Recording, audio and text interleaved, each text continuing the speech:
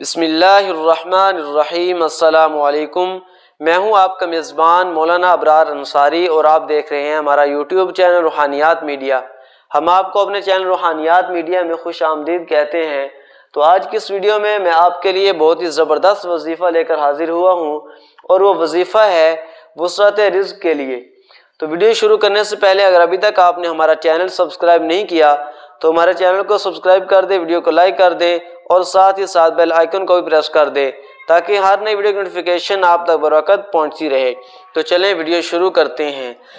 اعوذ باللہ من الشیطان الرجیم، بسم اللہ الرحمن الرحیم۔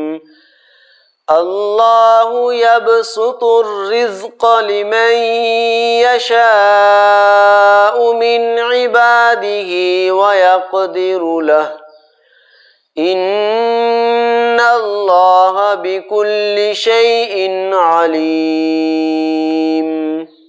ترجمہ: اللہ ہی اپنے بندوں میں سے جس کے لیے چاہے روزی فراخ کر دیتا ہے اور جس کے لیے چاہے تنگ کر دیتا ہے، بے شک اللہ ہی سب چیز کے حال سے واقف ہے۔